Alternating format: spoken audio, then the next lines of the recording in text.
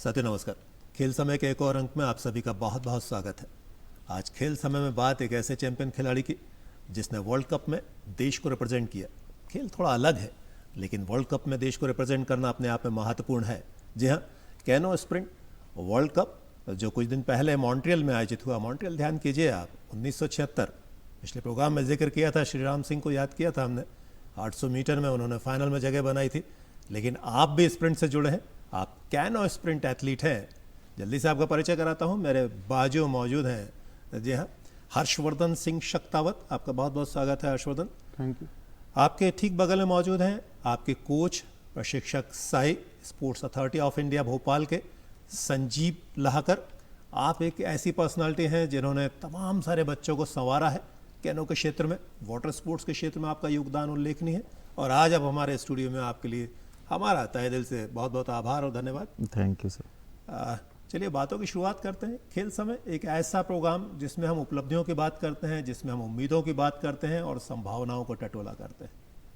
तो उपलब्धि तो साथ में है, संभावनाएं क्या है और किस तरीके से आगे बढ़ेंगे कैनो में हमारे खिलाड़ी। सबसे पहले हर्षवर्धन, किस तरीके का आपका वर्ल्ड कप का परफॉर्मेंस रहा, कितना मेमोरेबल रहा, ये हमारे दर्शकों को बताओ। ये वैसे देखा जाए तो ये मेरा पहला वर्ल्ड कप था, पहला वर्ल्ड लेवल टूर्नामेंट। आज तक मैं एशिया लेवल पे खेला हूँ, तो पहली बार वर्ल्ड लेवल पे खेलना, वो भी मॉन्ट्रियल जैसी जगह जहाँ पहले ओलंपिक हो रखा है, तो मेरे लिए तो बहुत प्राउड मोमेंट था। और हमने इस बार अपना एशियन गेम्स, जो हमारा मेन टारगेट है, जो सितंबर में होने वाला है जापान में, उसके लिए हमारा मेन फोकस K4 पे था। और एशियाई कंट्रीज वहाँ पे 3 आई थी, चाइना, कोरिया और हम थे इंडिया। बाकी वर्ल्ड लेवल टीम्स जो यूरोपियन टीम्स थी, उनसे भी हमने अच्छी फाइट करी और सेमीफाइनल तक अपनी जगह बनाई।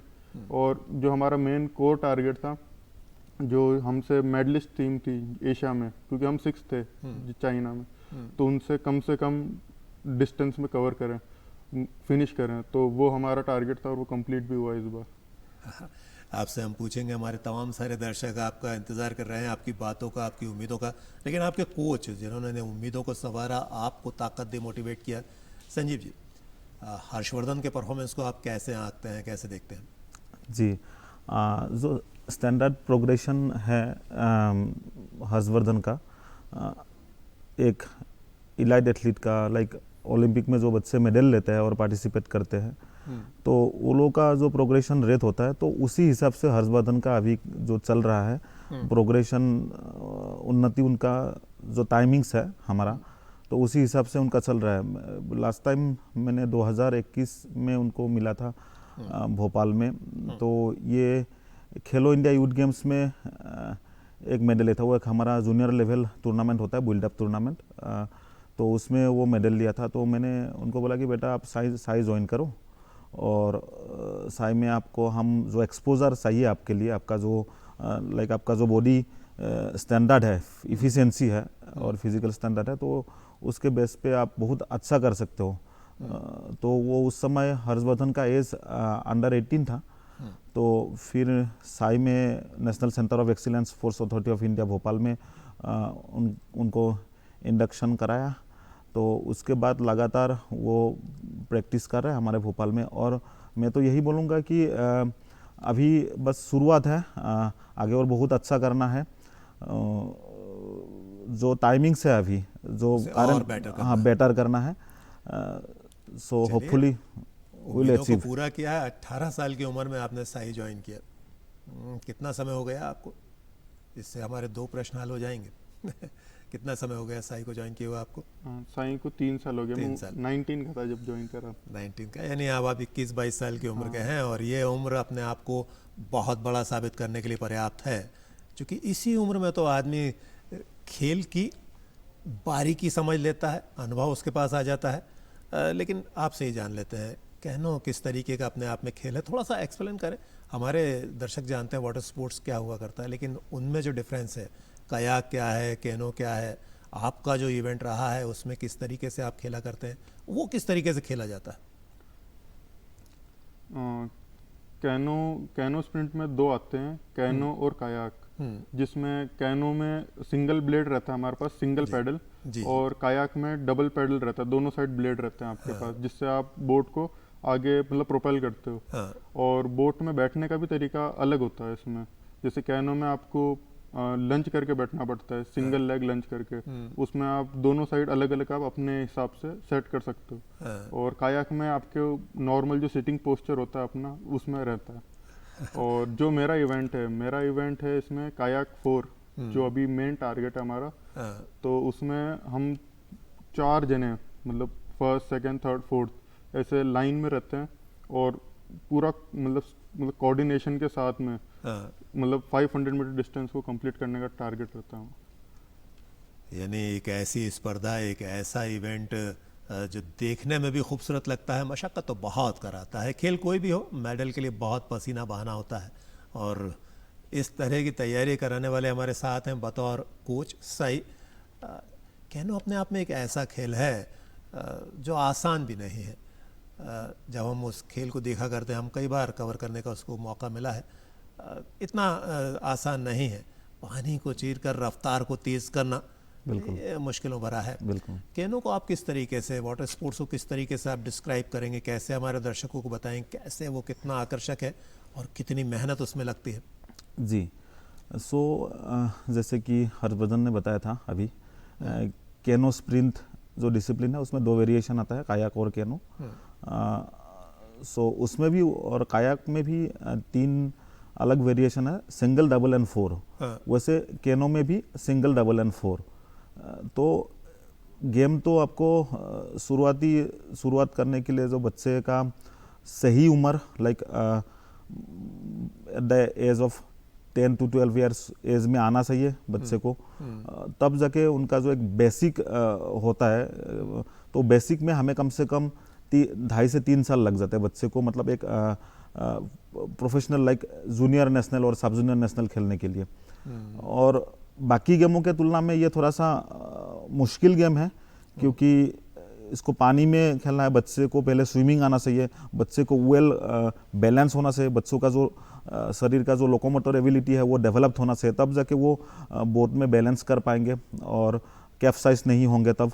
तो उसके लिए हमें काफ़ी काम करना पड़ता है एक बच्चे को। बिल्कुल आप ऐसा क्षेत्र से जब आप एक बच्चे को लाते हैं जिसको कुछ भी पानी से फियर है, डर है, जो उनको बहुत तो दूर की बात है, उनको पानी से ही डर है, स्विमिंग नहीं आता है, तो उसका प्रिपरेशन का काफ़ी एक लंबा प्रोसेस रहता है। फिर बट बहुत एक्साइटमेंट वाला गेम है।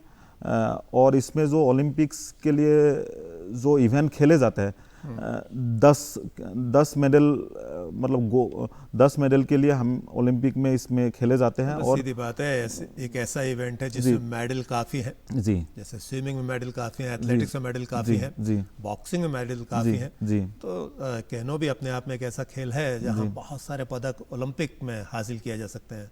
ओलंपिक स्पोर्ट अपने आप में महत्वपूर्ण रहा करता है। आप कैनो से कैसे जुड़े हैं, अगर आपसे जानना चाहें हर्षवर्धन, कहाँ से मोटिवेशन मिला, कौन सा ऐसा वक्त था जब आपने इस चीज़ को, इस खेल को चुना? ये कह सकते हो आप, जैसे कोरोना की देन है ये, क्योंकि कोरोना में स्विमिंग पूल सारे बंद थे। मैं स्विमिंग करता था पहले। अच्छा। तो मैंने 4-5 साल स्विमिंग करी है, 2015 से 2019 तक। तो उसमें मतलब मैं अंडर 11, अंडर 12 ऐसे मतलब छोटे छोटे टूर्नामेंट उस टाइम में था, अंडर 14, अंडर 16, वैसे मैं नेशनल तक गया था स्विमिंग में। फिर उसके बाद जब कोरोना आ गया, जब मेरी 10th हुई थी, तो मैं घर पे था, कुछ कर नहीं रहा था, तो स्विमिंग पूल सारे बंद थे। तो सिर्फ यही लेक जो होती है ना, लेक ओपन थी सारे, तो लोग जैसे मॉर्निंग वॉक के लिए आते थे, तो मैं वहाँ पे जाता था स्विमिंग करने, लेक में करने। तो लेक में करते करते जो वहाँ पे कोच है निश्चय सर करके, उनसे मुलाकात हुई। फिर वो भी पता पड़ा वो हमारे रिलेशन में थे। तो फिर ऐसे मतलब मैं उनसे थोड़ा बातचीत करके फिर मैं थोड़ा ये क्लब कहाँ पे की जाने घटना लगा। है, चूँकि आप राजस्थान से बिलोंग करते हैं? मैं राजस्थान में झीलों की नगरी उदयपुर से हूँ। तो वहाँ पे बहुत अच्छा इसका मतलब क्रेज़ है, क्योंकि वहाँ पे ड्रैगन बोट भी है, कैनो स्प्रिंट भी है। तो कोरोना के समय आप उदयपुर में थे और वहाँ स्विमिंग पूल बंद हुए, लेकिन तालाब खुले थे और वहाँ आपने इस खेल को ज्वाइन कर लिया। हमारे प्रधानमंत्री ने कहा है, आपदा में अवसर तलाशने हैं। कोरोना में हमने बहुत सारे अवसर बनाए हैं, उसका एक जीता जागता प्रत्यक्ष उदाहरण हमारे स्टूडियो में मौजूद है। हर्षवर्धन वर्ल्ड कप खेल कर लौटा है, संभावनाएं बहुत सारी हैं। हर्षवर्धन के साथ साथ अगर हम खिलाड़ियों की बात कर लें, कोच साहब हमारे पास एशियन गेम्स में, एशियन चैम्पियनशिप में मेडल्स हैं। अर्जुन सिंह और उनके साथी सुनील सलाम ने मेडल जीता, bronze medal last Asian games में। उससे पहले 1994 में जैसा कि मुझे ध्यान है वहाँ भी डबल्स में ब्रॉन्ज मेडल आया। यस। अभी कितनी और संभावनाएं देखते हैं? भारत में कैनो कितना परिपक्व हो चुका है? भारत में गेम अभी कैनो स्प्रिंट का देखा जाए, हमें थोड़ा सा बाकी इंफ्रास्ट्रक्चर के तौर पे लाइक दूसरा गेमों में क्या होता है, आप एथलेटिक्स हो, फुटबॉल हो, बास्केटबॉल हो, या फिर जो मैट वाला गेम होता है, जूडो ले लीजिए आप, तो हम एक जगह, हमें पर्टिकुलर जगह हमें वो करना पड़ता है, वहाँ पे फिर आप प्रैक्टिस शुरू कर दो। लेकिन कैनो स्प्रिंट ऐसा नहीं है, उसमें वाटर बॉडीज़ और जो बोट इक्विपमेंट जो चाहिए बहुत कॉस्टली होता है, और उस वाटर बॉडीज़ के लिए भी काफ़ी हमें वो लेना पड़ता है, लोकल एडमिनिस्ट्रेशन से हमें परमिशन वगैरह लेना पड़ता है। और जो बोट्स होता है वो फॉरेन से आते हैं, लाइक पोर्टुगाल से आते हैं, पोलैंड से आते हैं। तो इसलिए कैनो स्प्रिंट को शुरुआत करने के लिए अभी फ़िलहाल ऐसे देखा जाए तो काफ़ी इंफ्रा डेवलप हो गया वाटर स्पोर्ट्स के लिए, मतलब लाइक कैनो स्प्रिंट के लिए, लेकिन गुंजाइश अभी काफ़ी है। हाँ, तो गुंजाइश अभी काफ़ी है। और वैसे आपका खेल डिमांडिंग भी तो बहुत है। जी। दर्शकों, दरअसल चैलेंज जिस काम में ना हो, उसे जीतने में, उसे हासिल करने में मज़ा भी कहाँ ज़्यादा आता है। बड़े चैलेंज है, बड़ी चुनौतियां हैं। सरफेस आपको पानी का चाहिए, इक्विपमेंट्स आपको बाहर के चाहिए, खिलाड़ियों में बहुत ज़्यादा ताकत चाहिए, लेकिन जज्बा है तो सब मिलेगा। उसी जज्बे को टटोलेंगे एक छोटे से ब्रेक के बाद। जाइएगा कहीं नहीं, जल्दी मिलते हैं।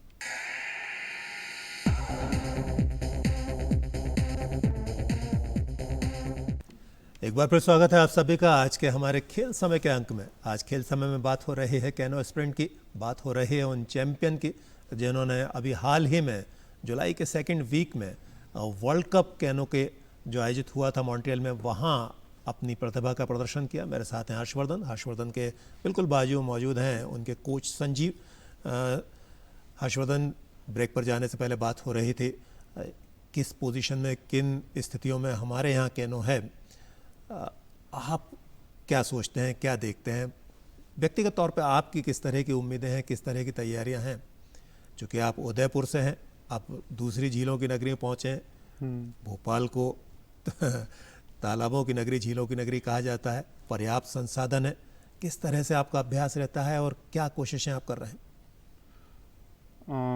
देखा जाए तो जो कैनो है वो अभी करंट जो मैंने बाहर लेवल पे जो देखा है उसमें इंडिया में अभी बहुत नए स्टेज में एडवांस है अभी, क्योंकि जो हम यूरोपियंस देखते हैं वो उनके पास जो फैसिलिटीज़ थी वो बहुत समय पहले, जैसे 15 साल पहले उनके पास वो फैसिलिटी आज इंडिया में आ रही है धीरे धीरे। तो उसको देखते हुए तो इंडिया का परफॉर्मेंस बहुत अच्छा है, क्योंकि हमारा अच्छा शब्द ध्यान आ गया, शैशव काल से गुजर रहा है। हाँ। लेकिन सच्चाई यही है कि अभी हमें बहुत सारी मेहनत करनी है, लेकिन फिर भी हम कहाँ खड़े हैं और क्या उम्मीदें आपको दिखाई देती हैं? क्योंकि हमारे पास जो फैसिलिटीज़ है बहुत लेट मिली, लेकिन उसके बाद भी हमारे जो एथलीट में जो जज्बा है फाइट का वो इतना अच्छा है कि आज भी हम बहुत अच्छी पोजीशन पे वहाँ फाइट कर लेते हैं और अच्छी पोजीशन ला भी रहे हैं। जैसे एशिया लेवल पे और वर्ल्ड लेवल पे भी हम फाइनल में पहुँच रहे हैं, फाइनल बी, फाइनल ए। तो हम रैंकिंग्स में हैं, लेकिन मेडल तक जाने के लिए हमें अभी भी बहुत ग्रो करना है और बहुत पोटेंशियल है आज भी इंडिया के पास इस गेम में। असल में होता यही है दर्शकों कि आपको कंटिन्यू करना होता है, चैलेंजेस से लगातार जूझना होता है, और ये आसान कभी नहीं होता क्योंकि संसाधन बहुत चाहिए। और वाटर स्पोर्ट्स में एक सबसे बड़ी दिक्कत ये रहा करती है, आपको तालाब चाहिए, आपको पानी चाहिए, ये हर जगह उपलब्ध नहीं होता है। लेकिन उसके बाद भी आपने बात की हर्षवर्धन, वो हमारे दर्शकों के साथ शेयर कर लूँ। नेहा देवी एक ऐसी खिलाड़ी हैं कैनो की जो पहली फाइनलिस्ट बनी है देश की कैनो वर्ल्ड कप में। उनसे भी हम कोशिश करेंगे किसी प्रोग्राम में उनसे बात करें, उनकी बात आप तक पहुंचाएं। लेकिन फिर भी अगर बाहर की तुलना में हमारे खिलाड़ी, चूँकि 1994 में ब्रॉन्ज मेडल हमारे पास था हिरोशिमा एशियाई खेलों में, एक लंबा समय बीत गया, लगभग हम 32 साल बिता चुके हैं। मेडल पाने के बाद का ये सफ़र है, तो क्यों इतनी मशक्क़त है? कहाँ कहाँ गुंजाइश है? क्या उम्मीदें और करते हैं आप? इसका तो मैं भी इतना जानता नहीं, क्योंकि मैं इस गेम में बहुत लेट 2019 साई से में आया। जो सुविधाएं हैं वो कैसी हैं? साई में तो जो सुविधा है अभी बिल्कुल वर्ल्ड क्लास है, जो हमें एक इलाइट एथलीट को चाहिए। और सबसे अच्छी बात साई में ये है कि ऐसा नहीं है कि जो चीज़ें हैं उसमें ही हम गुजारा कर रहे हैं। ये जो भी नई चीज़ इक्विपमेंट अगर कोई इंटरनेशनल एथलीट के पास है, वो कुछ टाइम बाद, कुछ महीने बाद हमारे पास भी अवेलेबल होता है, और हम भी उसको ट्राई कर पाते हैं, एक्सपेरिमेंट कर पाते हैं नई नई चीज़ें। तो उससे हमारा जो परफॉर्मेंस है, आप साई का देखोगे तो इंडिया लेवल पे बहुत अच्छा है, और धीरे धीरे एशिया लेवल पे भी मेडल आ रहे हैं, वर्ल्ड में भी कुछ समय बाद आना चालू हो जाएंगे, जैसा मेरे को लगता है। ये बड़ी अच्छी बात आपने कही, चूँकि उम्मीदें एक खिलाड़ी के शब्दों से ज़्यादा बंध जाया करती हैं। संजीव जी, प्रश्न वही, हिरोशिमा 1994 में मेडल आया एशियन गेम्स में, लेकिन ज़्यादा मेडल नहीं है इंटरनेशनल लेवल पर। केनो बहुत अच्छा काम हमारे ज़रिए नहीं हो पा रहा है, हमारे देश के ज़रिए। कहाँ गुंजाइश देखते हैं, क्या और होना चाहिए? साई में तो वर्ल्ड क्लास फैसिलिटीज़ हैं जैसा कि हर्षवर्धन ने बताया, बाकी काम कहाँ और होना चाहिए? देखिए, आपने किस तरीके से आगे बढ़े? हाँ, हिरोशिमा जो 1994 एशियन गेम्स का नाम बताया, तो मैं उन दोनों जो हमारे महान शख्स थे, कैप्टन सीजी कुमार सर और जोनी रमल का नाम लेना चाहूँगा। तो उसके बाद काफ़ी लाइक आफ्टर 32 ईयर्स तक जो हमारे अभी लास्ट एशियन गेम्स में सलाम सुनील और इसने मेडल, अर्जुन सिंह ने ब्रॉन्ज मेडल लिया था। तो अभी नेक्स्ट जो एशियन गेम्स में हमारा ये जो कायाक 4 अभी जो प्रैक्टिस कर रहा है हर्षवर्धन सिंह और उनका जो कंप्लीट क्रू मेंबर्स हैं, तो इसमें एक अच्छा उम्मीद है, क्योंकि हर्षवर्धन सिंह और उनका जो क्रू मेंबर्स है वो लोग ऑलरेडी इंटरनेशनल पे कहीं ना कहीं जूनियर और अंडर 23 लेवल पे एशियन चैंपियनशिप में मेडल ले रखा है। तो ये एशियाई मतलब एशियन का वो है, एशियन गेम्स भी वो एशियाई रैंकिंग के खिलाड़ी ही खेलेंगे, तो इसमें काफ़ी उम्मीद दिखाई दे रहा है। और बाकी आगे जो ओलंपिक के लिए जो सफ़र है, हमें अभी जैसे हर्षवर्धन ने बताया, तो हम लोगों ने तो अभी शुरुआत किया है। लाइक शुरुआत तो हम लोग 1988 अप्रोक्स 1988 से शुरुआत था, लेकिन अभी जो इक्विपमेंट वाइज देखा जाए, इंफ्रा वाइज देखा जाए, तो हमने अभी जो हाई परफॉर्मेंस इक्विपमेंट में अभी हम लोग प्रैक्टिस करने लग गए हैं। तो जो यूरोप खिलाड़ी के तुलना में अभी हम लोग, हमारा जो डेवलपमेंट है ठीक है, अच्छा प्रोग्रेसिव है, और बहुत जल्द हम लोग अपना जो एशियन गेम्स में गोल्ड मेडल का जो मकसद है, और सीनियर वर्ल्ड चैंपियनशिप में मेडल और ओलंपिक पोडियम तक हमारा खिलाड़ी बहुत जल्द पहुंचेंगे। लाइक आप मान के चलिए, अपकमिंग जो ओलंपिक्स है वो लॉस एंजल्स लीजिए आप, तो लॉस एंजल्स में तो कोशिश करेंगे हम लोग कहीं, लेकिन उसके बाद का 1930 2032 का जो ओलंपिक होगा उसमें आप मेडल की उम्मीद करते हैं? 28 में आप कोशिश कर रहे हैं, जी, 32 में आप मेडल लेंगे। जी, ये भी बड़ा स्टेटमेंट है, और इस तरह के जो बात रहा करते हैं, ये कमिटमेंट कराता है बाकी खिलाड़ियों को। हर्षवर्धन, चूंकि जो प्रश्न था उसका जवाब थोड़ा सा और हमें चाहिए, लेकिन वो ब्रेक के बाद लेना होगा। ऊपर हमारे प्रोड्यूसर मोहन द्विवेदी जी बैठे हैं, बता रहे हैं थोड़ा सा ब्रेक लीजिए, उसके बाद सोचने का वक्त दीजिए कि हम कैसे जीतेंगे कैनो में, कहाँ हमें कोशिश करनी चाहिए। ब्रेक के बाद ये ज़रूरी बात आपसे साझा करेंगे, कैनो में हमें क्या करना चाहिए जब ओलंपिक और वर्ल्ड चैंपियनशिप में मेडल ले सके। जाइएगा कहीं नहीं, बहुत जल्दी आपसे वापस मिलते हैं।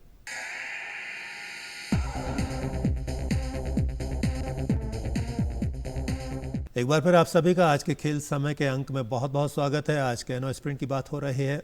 वर्ल्ड कप में जो खिलाड़ी भाग लेकर लौटे हैं उनसे बात कर रहे हैं। हर्षवर्धन मेरे साथ हैं जिन्होंने सेमीफाइनल में जगह बनाई कयाक स्प्रिंट में। हर्षवर्धन, ब्रेक पर जाने से पहले बात हो रही थी कैसे इस खेल में हम आगे बढ़ें। मेरा हमेशा से मानना है, जब तक स्कूली लेवल पर काम ना हो, जब तक ग्रास रूट लेवल पर काम ना हो, जब तक आप ग्रामीण क्षेत्र में ना जाएं, दूर दराज ना जाएं, तब तक काम नहीं होगा। ये एक बड़ा पहलू है। आपको और क्या क्या चीज़ें लगती हैं कि कहाँ काम हो तो canoe, kayak, at least water sports आगे बढ़े?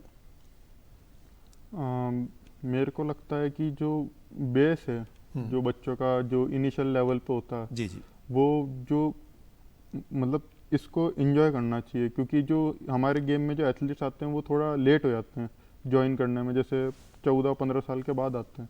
जैसे जो क्योंकि पेरेंट्स भी अपने बच्चे को डर के कारण, क्योंकि ये लेक में होता है, बहुत डेंजरस होता है कि कभी कुछ कोई जानवर सांप से लेके, अगर किसी लेक में मगरमच्छ है तो बहुत डेंजरस रहता है ये गेम। और डूबने का सबसे मेन तो डूबने का डर होता है, तो पेरेंट्स इसमें एकदम अपने बच्चों को डालना भी नहीं चाहते क्योंकि बहुत रिस्की है, क्योंकि जिसको स्विमिंग नहीं आती वो तो क्या एकदम। कहना चाहेंगे आप? तो ये मैसेज आप कन्वे कर सकते हैं कि इस खेल में डर नहीं है, डर के आगे जीत है। हाँ, ये कह सकते हैं अपन, घर के आगे जीत है, और जीत मिलती भी है अगर आप बिल्कुल इसमें मन से लगे हुए हो। और हमें इसमें मेन चीज़ है जो इसमें डाइट और जो स्ट्रेंथ है, जो एक हर बच्चा गेम करता है, लेकिन कहीं ना कहीं इंडिया में न्यूट्रिशन और एक जो कंसिस्टेंसी उसमें लैक करते हैं हम कहीं ना कहीं। मतलब उसमें आपने दो चीज़ें और ऐड कर दी, एक तो और तो पेरेंट्स जो हैं वो आए जल्दी बच्चों को इसमें शामिल करें, और दूसरी आपने डाइट को लेकर बात कर ली, और तीसरी आपने जो करनी है ग्रास रूट लेवल पर, स्कूली लेवल पर। कोच साहब, आप हर्षवर्धन की बात से कितने सहमत हैं? इसको आगे बढ़ाने के लिए कैसे काम किया जाना चाहिए? बिल्कुल, आपने बहुत अच्छा टॉपिक छेड़ा है। जैसे ग्रास रूट पे हमें सबसे ज़्यादा काम करना पड़ेगा। अगर भले हम लोग यूरोपियन इक्विपमेंट्स को नहीं ले पा रहे, हमारे इंडिजीनियस इक्विपमेंट से हम बिल्कुल ग्रास रूट लेवल पे हर डिस्ट्रिक्ट में, हर स्टेट में मिनिमम से मिनिमम इक्विपमेंट से हम कम 10 बच्चे से भी अगर शुरुआत करेंगे हर जगह पे इंडिया पे, और उसमें हमें सपोर्ट करेंगे अगर सरकार भी, तो एक दिन क्या जैसे मास पार्टिसिपेशन हो जाएगा, फिर कंपटीशन लेवल भी उसमें बढ़ेंगे बच्चों का, और एक अलग लेवल पे फिर हम उम्मीद कर सकते हैं।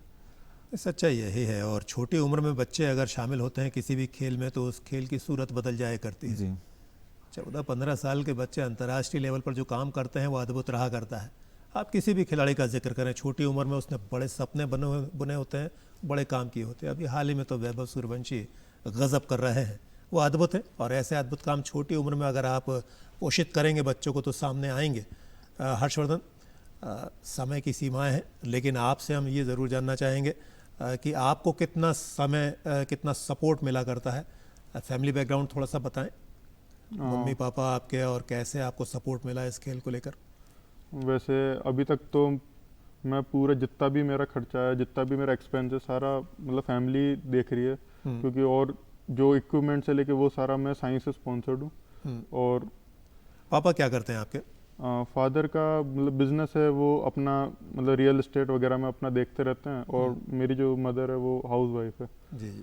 तो फैमिली से तो मेरे को पूरा सपोर्ट है, और घर वाले भी चाहते हैं कि मैं इंडिया के लिए ज़्यादा से ज़्यादा मेडल लाऊं। राजस्थान में ही है, उदयपुर में ही रहते हैं? उदयपुर में ही।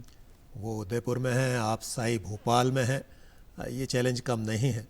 बच्चे इसी तरीके से आगे आते हैं। कोच साहब, थोड़ा बच्चों को मोटिवेट करने के लिए आप बताएं, कैनो को क्यों ज्वाइन करें, वाटर स्पोर्ट्स को क्यों ज्वाइन करें? बिल्कुल। और कैसे अपने आप को मोटिवेट करें बच्चे? बिल्कुल, अगर कैनो में सभी पेरेंट्स को गुजारिश करूंगा मैं कि कैनो एक बहुत ही मतलब उसमें मेडल प्रोस्पेक्टिव से आप देखा जाए, जैसे ओलंपिक में 10x3 गोल्ड सिल्वर ब्रॉन्ज, तो 30 मेडल्स ओलंपिक में है।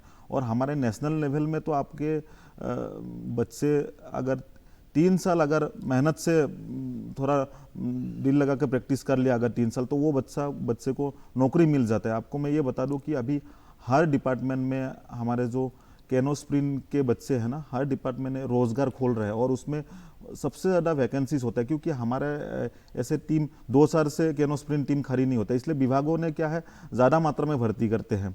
तो इसलिए काफ़ी वो है, इसमें मौका मिलेगा, अपने आप को फाइनेंशियली बेनिफिट देगा, और देश के लिए भी, देश भी आपके ऊपर गर्व करेंगे। तो इसलिए बच्चों को, सभी पेरेंट्स को गुजारिश करूंगा, आप लोग बच्चों को भेजिए, कैनो स्प्रिंट से इंट्रोड्यूस कराइए, क्योंकि बहुत हाईली पर्सपेक्टिव वो है ये, इसमें मौका मिलेंगे, बहुत ज़्यादा चांसेस है।